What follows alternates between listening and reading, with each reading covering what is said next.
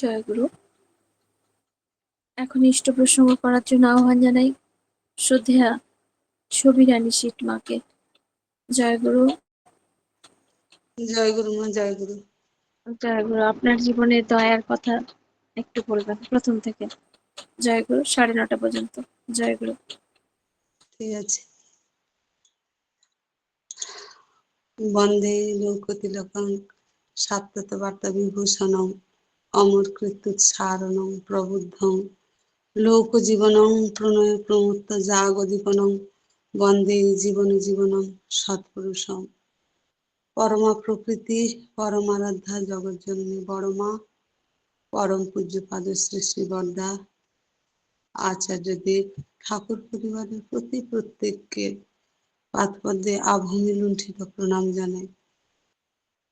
তো আমি সেরকম সুবক্তা নয়, ঠাকুরকে ধরে হয়ে ওঠার পথে জীবনে তো অনেক ঘটনাই আছে, সেই কথাগুলো ভাগ করব। তাছাড়া আমাদের ঠাকুর কি সেই সম্পর্কে একটু বলি, তারপর নিজের জীবনের কথা বলবো। এই পৃথিবীর পান্থশালায় বারবার আসা যাওয়া, কেউ বা হারায়, কেউ খুঁজে পায় জীবনের চাওয়া পাওয়া। আমাদের চাওয়া পাওয়াগুলো পূরণ করবার জন্য তিনি এসছেন, সেই পরম পুরুষ আর পরমা প্রকৃতিকে নিয়ে ধরাধামে এসেছিলেন। আমাদের শত সৌভাগ্য যে সদ্গুরুর শরণাপন্ন হয়েছে। তো যেহেতু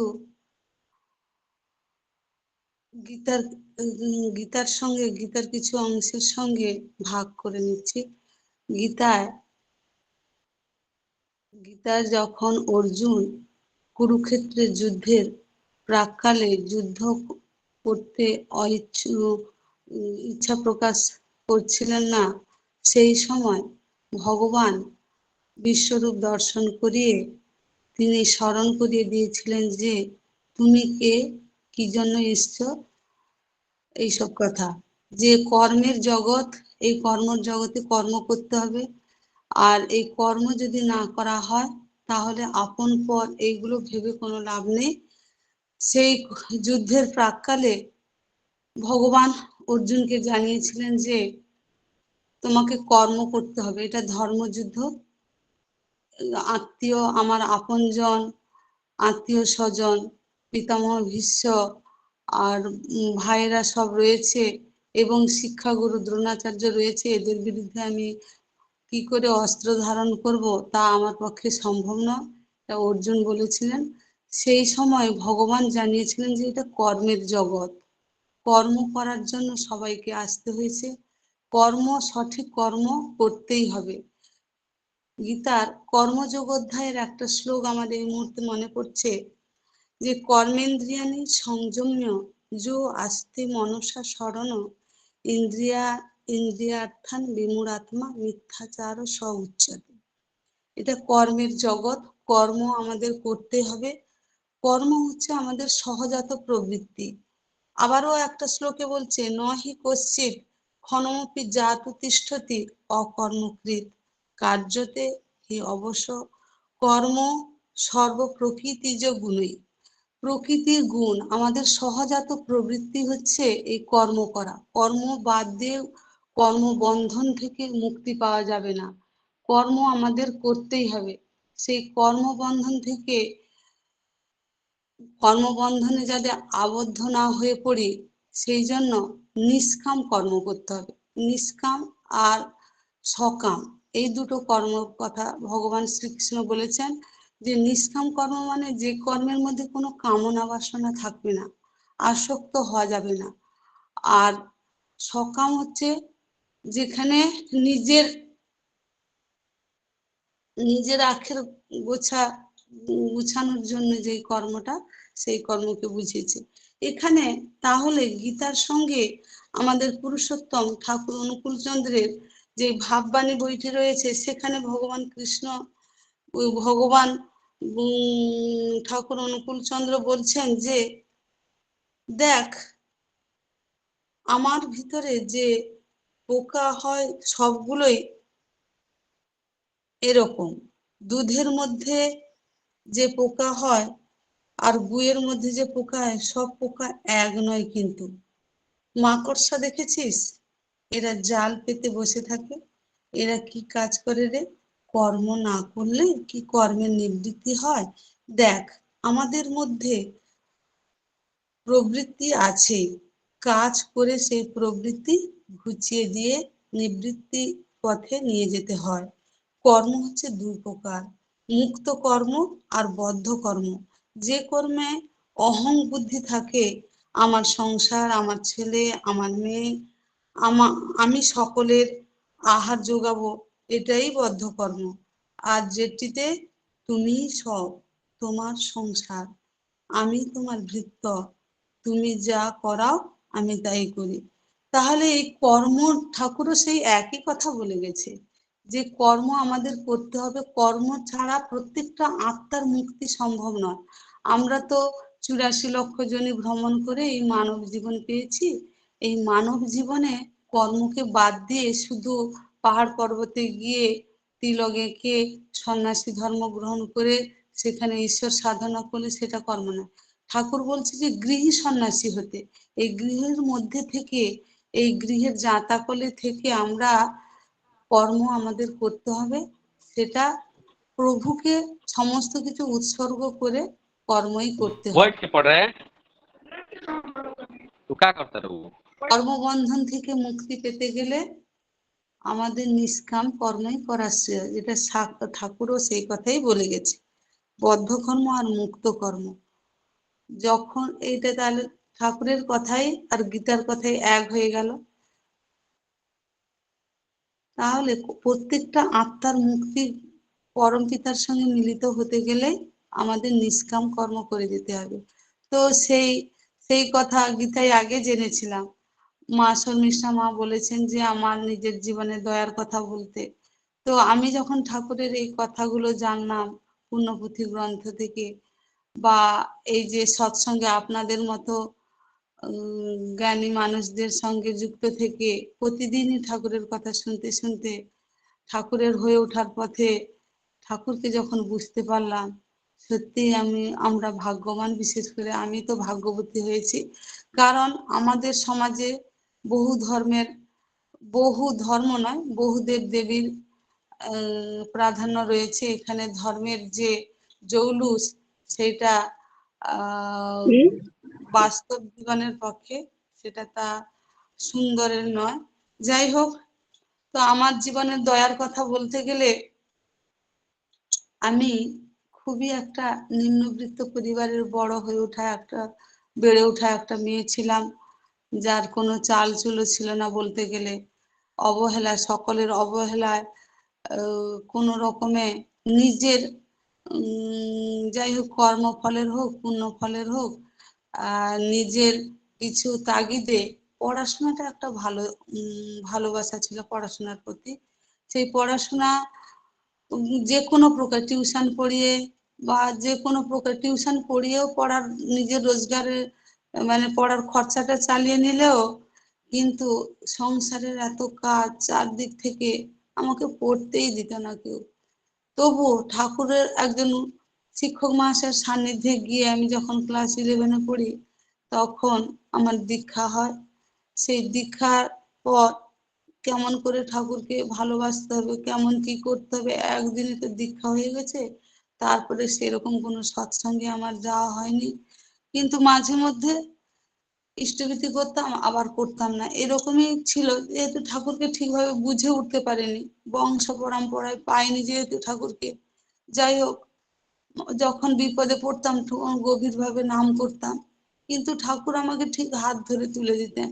সেই রকমই যখন এরকম ক্রমান্বয়ে টিউশন পড়িয়ে ক্রমান্বয়ে পরপর পড়াশোনা করছি মামার বাড়িতে থেকে, সেখানে যখন বিএ পাস করলাম, কলেজে পড়ে যখন বিএ পাস করলাম, সেখানে তো গাধার খাটনি খাটতে হতো। যাই হোক, ঠাকুরের কাছে কাঁদতাম, ঠাকুর এরা আমাকে কেউ পড়তে দিচ্ছে না, পড়ার সময়টুকু দিচ্ছে না। আমি টিউশন পড়িয়ে যখন আসতাম তখন ঘরের কাজগুলো সব রেডি থাকতো। এইভাবে যখন কষ্টের মধ্যে কাটাতাম, তবুও ঠাকুরকে প্রয়োজনে ডাকতাম। আবারও সেই সবার সঙ্গে যখন আছি সেই বহু দেবদেবীর সান্নিধ্যে মিশে যেতাম, প্রয়োজনে ঠাকুরকে ডাকতাম। কিন্তু তিনি আমাকে সব সময়, সব অবস্থায় তিনি আমাকে সাহায্য করেছেন। এরকম করতে করতে করতে করতে যাই হোক, আমি মাস্টার ডিগ্রিও লাভ করি। তারপরে চাকরির পরীক্ষা দিতে থাকি এরকম দেওয়ার পর কিন্তু যখন প্রয়োজন, বলছি যখন প্রয়োজন হয়েছে ঠাকুরকে ডেকেছি। যাই হোক, সেই প্রয়োজনে ঠাকুর আমাকে দুহাত বাড়িয়ে সাহায্য করেছেন। যখন চাকরির ইন্টারভিউ দিতে গেছি তখন তিনি মানে সেখানে বসে ঢোকার আগে অনেকক্ষণ ধরে নাম করছি। তখন মানে এমন ভাবে আমার ইন্টারভিউ হলো, এরকম দুবার তিনবার করার পর, দু তিনবার দেওয়ার পর লাস্ট বার যখন খুব কষ্ট পেয়েছি, খুব কেঁদেছি ঠাকুরের কাছে, ঠাকুর আমার এই চাকরিটা পাওয়া অত্যন্ত জরুরি, আমার জীবনের বেহাল অবস্থা, খুব কেঁদেছি। তখনও ঠাকুর আমাকে হাত ধরে সাহায্য করেছে। ইন্টারভিউ দেওয়ার পর মনোমতো ইন্টারভিউটা হয়েছিল, কিন্তু এই যে সরকারের টালমাটাল ব্যবস্থা, যাই হোক সেই রকম পরিস্থিতিতে কাটানোর পর সব সময় ঠাকুরের নাম করতাম। তারপরে তো পড়াশোনার লাইফ কমপ্লিট, ঘরে ফিরে এসে সংসার ধর্মে আবদ্ধ হলাম। তারপরে পড়াশোনা তো একদম স্টপ। এখানে এসে একটা সংসারের মানে কি বলবো, সংসারের এই যে মায়াজাল, এই যে কঠিন খাটুনি, এইগুলো পড়াশোনার লাইফ থেকে মেনে নেওয়াটা আমার পক্ষে যেন দুঃসাধ্য ব্যাপার হয়ে গেছিল। তবুও ঠাকুরকে ধরতাম। আবারও ঠাকুর যখন কোনো কিছু কাজ না হতো তখন মনে মনে নানা রকম প্রশ্ন হতো। চাওয়া পাওয়ার একটা হিসেব ছিল, কিন্তু ঠাকুর সময়ে সময়ে আমাকে সাহায্য করেছে। চাকরির পরীক্ষা দেওয়ার পর দীর্ঘদিন বসেছিলাম। আমার সঙ্গী সাথীরা যখন পেয়ে গেল চাকরি, তখন তখন আমি খুব কষ্ট পেয়েছিলাম যে মনে হয় আমার চাকরিটা হবে না। তবুও তখন মাঝে মাঝে এরকম নাম করতাম, করতাম। একদিন হঠাৎ জানতে পারলাম যে এরকম চাকরির চিঠি এসছে আমার বাপের বাড়িতে, আর সেটা আমার ভাই নিয়ে এসছে। তারপরে তো চাকরির পশ্চিম মেদিনীপুরে চলে গেলাম। সেখানে গিয়ে প্রথম চাকরিতে যখন জয়েন করলাম, দীর্ঘ রাস্তা, সেই দাসপুর টালে, সেখানে জয়েন করার পর আর ঠাকুরকে বেমালুম ভুলে গেলাম। কারণ মানুষ বৃত্তি প্রবৃত্তিতে ঘেরা, মানুষে যখন সব চাওয়া পাওয়া পূর্ণ হয়ে যায় তখনই আমারও সেই অবস্থা হয়েছিল, ভুলে যাওয়া। যাই হোক, এইরকম পরিস্থিতিতে যখন ক্লাসে পড়াচ্ছি তখন একদিন মানে কথা প্রসঙ্গে মনে পড়লো ঠাকুরের কথা। তখনই শুনলাম যে আশেপাশে কোথাও সৎসঙ্গ হচ্ছে। আমি সেই ক্লাসে জিজ্ঞেস করেছিলাম, হ্যাঁ রে, তোদের এখানেও কি ঠাকুর, অনুকূল ঠাকুরের কোনো ইয়ে আছে? একটা ক্লাসের মেয়ে উঠে আমাকে বলেছিল, ম্যাডাম আমার দাদুর ঋত্বিক, আর আমার দাদুকে দেখে দেবো। তো সেই ভদ্রলোক এসে আমার জীবনের মোড়টা ঘুরিয়ে দিয়েছিলেন, যে সত্যি ঠাকুর কি আমি পুঙ্খানুপুঙ্খভাবে সেই দিন থেকে জানার চেষ্টায় রয়েছি। সেই পরমেশ্বর পরমপিতা যে পেয়েছি, সেই ভদ্রলোক এসে আমাকে বলেছিল, না যে আপনি এতদিন দীক্ষা নিয়েছেন, এখানে আছেন, আর কোনো ঠাকুরের কোনো কাজ টাজ করছেন না। আর যেখানে সৎসঙ্গ তো আমাকে নিয়ে যেতেন, আর তখন থেকেই ঠাকুরকে আষ্টে পৃষ্ঠে ধরেছি। তো তাকে যদি সত্যিকারে রাখা হয়, মানে কি বলবো, নিজেকে সমর্পণ করে ডাকা হয়, তখন কিন্তু সাড়া দেয়। এটা আমি হাড়ে হাড়ে টের পেয়েছি। না হলে আমার মতো এরকম যেরকম ফ্যামিলিতে বিলং, এখানে একটা চাকরি পাওয়া আর এরকম পড়াশোনা করে এই জায়গায় পৌঁছানো দুঃসাধ্য ব্যাপার। মানে কোনো টাকা পয়সা বলতে গেলে তেমন কিছু খরচা করিনি, যেখানেই থেকেছি শুধু খাওয়া দাওয়ার খরচাটা আর থাকার খরচাটার জন্য তারা সাহায্য করেছে, কিন্তু কিন্তু আমাকে তার বিনিময়ে ঝি চাকর যেরকম কাজ করে তার থেকেও অধিক কাজ করিয়ে নিয়েছে। সেই দুঃখের কথা বলে লাভ নেই, কিন্তু পরম পিতাকে ধরেছিলাম বলে মানে সেই সেই পথটাই আমাকে দেখিয়ে নিয়ে গেছে। আমি এখন এক এক সময় বসে কাঁদি যে সত্যি ঠাকুর তুমি সত্যি দয়াল, দয়া তোমার দয়ার মানে তুলনা হয় না। না হলে আমার জীবনে এইভাবে আমি কত ভালো ভালো first class first gold medallist তারা সব আমারই সঙ্গে পড়া, তারা সব বসে আছে। এই নামের মাহাত্ম্য যে কি এখন আমরা তো সেটা প্রত্যেকে জানি। যত সারাদিন তাকে মনে করা যায় হৃদয় পুরো উথলে উঠে। এক এক সময় এমন ভাব আসে যে ঠাকুরকে নিয়েই যেন সারাক্ষণ থাকি। হ্যাঁ, এইরকমই মনে হয় যে ঠাকুর তুমি এই বিশ্ব চরাচরে এত সমস্ত কিছু সৃষ্টি করেছ, তোমার তার অনুভব যেন সমস্ত কিছুর মধ্যে অনুভব করতে পারি। এটা হয় নাম ধ্যান যত বাড়ানো যায় সেটা শরীরের মধ্যে অনুভূত হয়।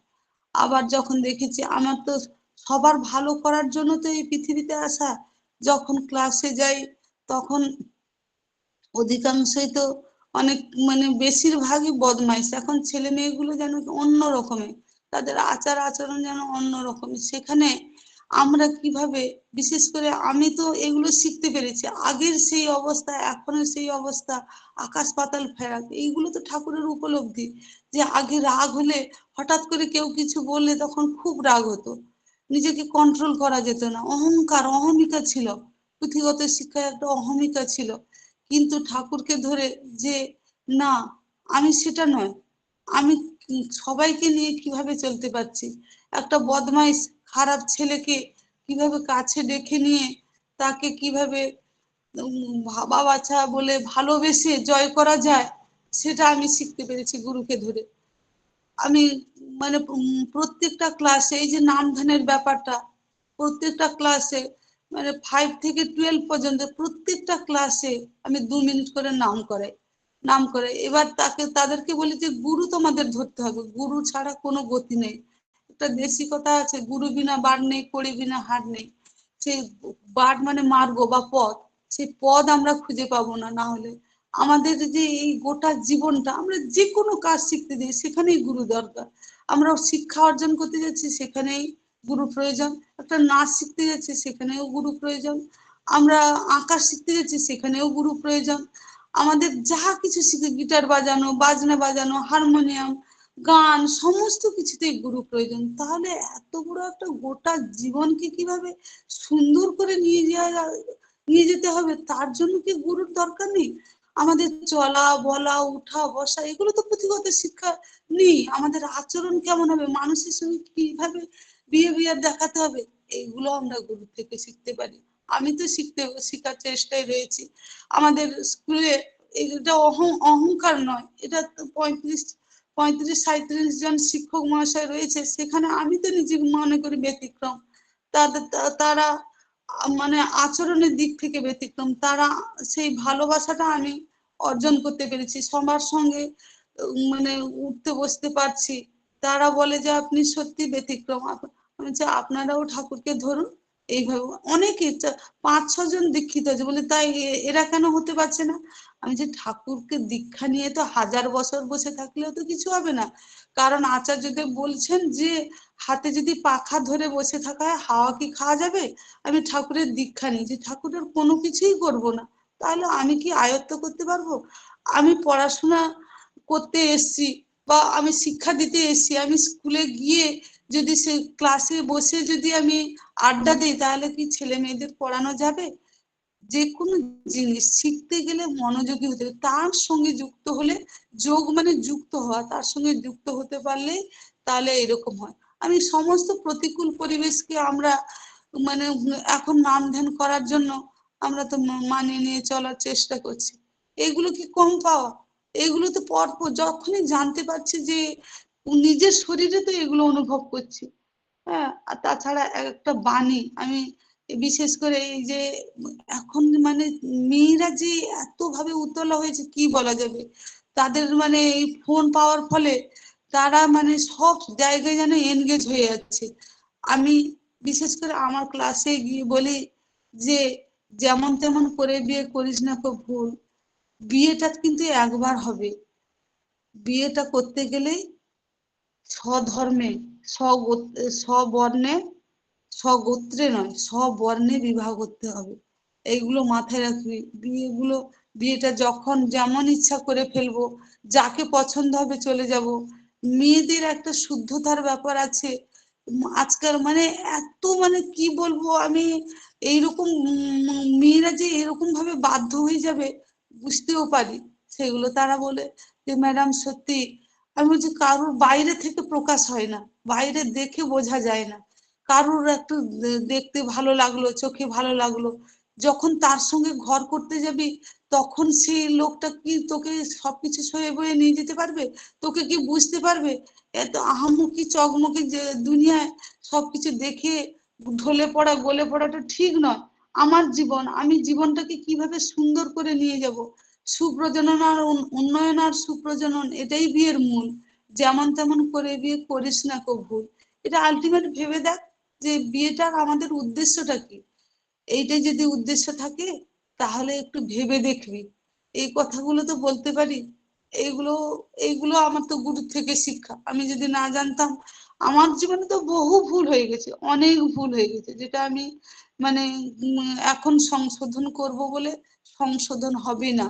কিন্তু যা হয়ে গেছে সেইটাকে কিভাবে সবার সঙ্গে মানিয়ে গুছিয়ে নিয়ে যাওয়া যাবে, সেই চেষ্টা আমার গুরু থেকে শিখেছি এবং সেই চেষ্টাই রোজই করে যাই, রোজ করে যাই। এটাই আমাদের রাগগুলো কিভাবে প্রশমিত করতে পারি। সব থেকে বড় জিনিস রাগ, সবার কথা গ্রহণ করে হয়তো খারাপ লাগছে কিন্তু তাও আমার ঠাকুর চায়, আমি কেন করব, আমার ঠাকুর তো চায় আমাকে। তো এইটাই তো আমার সব থেকে বড় গুরু, আমার জীবনের পরম আলো। আমি তো তার কাছেই শিখেছি কেন আমি রাগটা দেখাবো। রাগ এসে যায় কিন্তু হঠাৎ থেমে যাই, হঠাৎ থেমে যাই, সব সময় প্রত্যেকটা কাজের মধ্যে তাকে খুঁজে নেওয়ার চেষ্টা করি। যাই হোক, আমি জীবনে প্রথম থেকে জন্মসূত্রে পাইনি ঠাকুরকে। ঠাকুরকে এই চলতে গিয়ে একজন শিক্ষক মহাশয়ের, ইংরেজি শিক্ষক মহাশয়ের সান্নিধ্যে গিয়ে আমি গুরু পেয়েছিলাম। সেই কথাগুলো আমি একটু ছন্দে ছন্দে মিলানোর চেষ্টা করছি। আমার দুঃখ হয় এখন, আমি যদি জন্মসূত্রে পেতাম তাহলে আমি জীবনটাকে সুন্দর করে সাজাতে পারতাম। আমার মনের কিন্তু ইচ্ছা ছিল, এটাই হয়তো আমার পূর্ণ ফল ছিল। আমি যা কিছু ভালোবাসতাম সেটাকে আমি করেই ছাড়তাম, এরকম একটা জেদ ছিল ভালো কাজের জন্য। এটা হয়তো আমার পুণ্যের ফল, সেই জন্য পুণ্যের ফলে হয়তো আমি গুরু পেয়েছি। গুরু ছাড়া জীবন অন্ধকার। আমি দেখেছি পুঁথিগত শিক্ষা তো অহংকার করে দেয় মানুষকে, কি করে আত্মম্ভরিতা করে দেয়, অহংকারী করে দেয়। কি তার চরিত্র গঠনের শিক্ষা কি আছে? থাকলেও পড়লেও সেটা আয়ত্ত করতে হবে কিভাবে, সেই পথ তো নেই, সেই পথ তো নেই। যা কিছু আমাদের মানে এই যে যজন যাজন ইষ্টবৃত্তি সস্তায়নী সদাচার, এই কথাটা মুখে বলে দেয়, এটা আমি সস্তায়নী হয়েছি, আমি সস্তায়নী নিয়েছি, আমার খাওয়া দাওয়ার ব্যতিক্রম দিতে তারা তাজ্জব হয়ে যায়। কারণ আমার এতে আনন্দ আছে, আমার শরীরে দুর্বলতা নেই, এখানে আমি আনন্দ খুঁজে পাই, আমি নিজের শান্তি খুঁজে পাই। আমি তো অনেকটা জীবন ওই সব খাবার খেয়ে কাটিয়েছি, সেখানে তো এরকম কোনো কিছু, আজ অ্যাসিড, কাল মাথার যন্ত্রণা, কাল অমুক ব্যারাম তমুক ব্যারাম, এইরকম করে সময় কেটেছে। কিন্তু আমি সস্তায়নী নিয়ে আমার বলে নিরামিষ খেলে দুর্বলতা এসে, কোথায় দুর্বলতা, কিছুই নেই। আমি ঠাকুরের যত নাম করা যায় এখানে এনার্জি পাওয়া যায়, এখানে অনেক শান্তি আছে। আমি অনেকটা সময় তো কেটে গেছে আমার বয়সে, সেখানে উপলব্ধি করতে পেরেছি আসল কোনটা নকল কোনটা। এই এই জন্যই আমি ঠাকুরকে খুবই ভালোবাসার চেষ্টা করি, প্রতিদিনই বলি ঠাকুর আমি তোমাকে খুব ভালোবাসি, তোমার পথেই না, তোমার পথেই না, আমি তোমার পথেই চলতে চাই। যাই হোক, সেই প্রথম থেকেই জীবনে পাইনি বলে একটা দুঃখ, সেইটাকে একটু ছন্দে ছন্দে মিলিয়ে চেষ্টা করেছিলাম। জীবন পথে চলতে গিয়ে পেয়েছি তোমায় প্রভু, জন্মসূত্রে পাইনি তোমায়। এই ব্যথায় ব্যথা তোর হই আজও, প্রেমের পরশ আসেনি হৃদয়ে, ভালোবাসতে শিখিনি তখনও। ভালোবাসাগুলো অন্যরকম, মধুময় ছিল না সেই সময়। ধর্ম তখন অন্যরকম, আচরণ ছিল আপন পর, হিসাব নিকাশে ভরা। পাল্লা তখন সমানে সমান, নয়তো কথায় কথায় রাগ। তোমার বাণীগুলো জীবন চলনায়, জীবন শুধরানোর শিক্ষা, শিক্ষাগুলো আচরণে ফুটুক, এটাই তোমার ইচ্ছা। চরণ পূজা চাওনি তুমি, চলন পূজা চেয়েছ, চলনে বলনে ফুটে উঠুক এই ভালোবাসা ছড়িয়েছ। মানুষ তোমার রত্ন প্রভু, মানুষ তোমার সম্পদ, বধ করতে নয়, প্রেমে বশ করতে, এ কথা বারে বারে বলেছ। আসল নকল বুঝেছে প্রভু, তোমার প্রেমের পরশে শত দুঃখের মাঝেও শিখিয়েছ অটল থাকতে। সবকিছু নিয়ে চলাই জীবন, সেটাই আসল বাঁচা। আর বাঁচাগুলো আপেক্ষিক মাত্র, ভুল ভুলাইয়ায় ঘুরতে থাকা। আমরা ঠাকুর ধরেছি, ঠাকুরের যখন কোনো কাজ হয়ে যায়, আমাদের যখন কোনো কাজ হয়ে যায়, কোনো ভালো কিছু সংবাদ আসে, তখন ঠাকুর ঠাকুর বলে আমরা যেন ঝাঁপিয়ে পড়ি। তখন দুঃখে যখন শত দুঃখ যখন আসে, খুব কষ্ট, একটা মানে কি বলবো, প্রার্থনা করে উঠেছি সেখানেও বাধা হচ্ছে, তখনও যেন ঠাকুরকে আঁকড়ে ধরতে পারি। তিনি তো পরীক্ষা নেন, তিনি তো আসল নকল মানে শরীরে অনুভব করার শিক্ষা দিয়েছেন, যে ফল গাছে পাকে সেটাই তো আসল পাকা। এটা তো আমরা শিখেছি না, আমরা সেই প্রভুকে পেয়েছি, আসল নকল শিখাচ্ছেন। আর সেই কথাই অনুভবে রয়েছি। আরো ঠাকুরকে জানবো, আরো ঠাকুরের হয়ে ওঠার চেষ্টা করব। আপনাদের মতো সাধু সঙ্গ পেয়েছি, তো সেই প্রভুকে ধরে আপনাদের সঙ্গ লাভ করে যেন আরো থেকে আরো তর হয়ে উঠতে পারি, সমাজে সবাইকে নিয়ে চলতে পারি। সবার যত খারাপ মানুষ হোক, তাকে আমার প্রভুর প্রেমের পরশ, প্রভুর কথা দিয়ে তার মনটা যেন জয় করতে পারি, এই আশায় রয়েছি। জয় গুরু, জয় গুরু। সবার মঙ্গল প্রার্থনা করলাম, কি বললাম আমি জানিনি, আবেগে কিন্তু যা কত যা কিছু বলেছি আমার অনুভব দিয়ে বলেছি, এবং সত্য গুরুকে ধরে সত্যটা আমি বলার চেষ্টা করেছি। জয় গুরু, বন্দে পুরুষোত্তম। জয় গুরু। জয় গুরু মা, জয় গুরু। অপূর্ব কথা। সত্যি তো, তিনি সর্বপরিপূরণকারী। তিনি ধর্ম এবং কর্মকে একসঙ্গে করতে বলেছেন।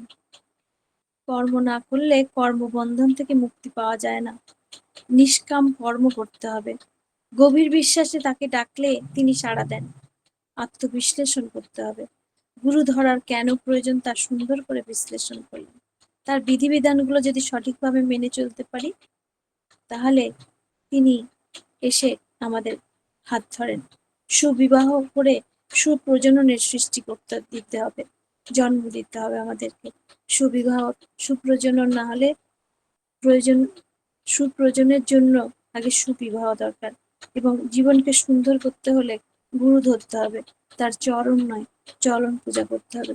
আমার শ্রদ্ধেয়া দিদি খুব সুন্দর করে আলোচনা করলেন। তিনি একজন হাই স্কুলের শিক্ষকতা করেন। এত মানে আমরা একই মন্দিরের সঙ্গে যুক্ত, কিন্তু এত বিনয়ী, আমাদের এই বিনয়ী ভাবটাই তো চলে গেছে। আমার দিদিকে দেখলে যারা জানেন তারা, যারা দেখেছেন তারা জানেন, মা যেমন কথা বললেন, একটা মানুষের বাচন ভঙ্গি দেখে বোঝা যায় সে মানুষটা কিরকম। তো আমার দিদি যেরকম সুন্দরভাবে কথা বলেন, তেমন মানুষকে সুন্দরভাবে আপন করে নেন। এত মধুর ভাষা, এই যে বলে না যে সরল মন, মধুর বচন আর বুক ভরা ভালোবাসা, এটাই হচ্ছে ঠাকুরের মানুষের লক্ষণ। আমার ছবি মা হচ্ছে সেই মানুষ। খুব সুন্দর করে আলোচনা করলেন, নিজের জীবনে দয়ার কথা বললেন। আসলে দয়া তো দিয়েই পাওয়া, তার জন্য দয়া তিনি করেছেন, তাই দয়া পেয়েছেন। জয় গুরু। খুব ভালো থাকুন, সুস্থ থাকুন পরমপিতাকে নিয়ে। পরমপিতা রাঙারাতুল চরণে আপনার এবং আপনার পরিবার পারিপার্শ্বিকের সবার সুদীর্ঘ নিরোগী চিরোজ্জ্বল জীবন প্রার্থনা করি। জয় গুরু মা, ভালো থাকুন।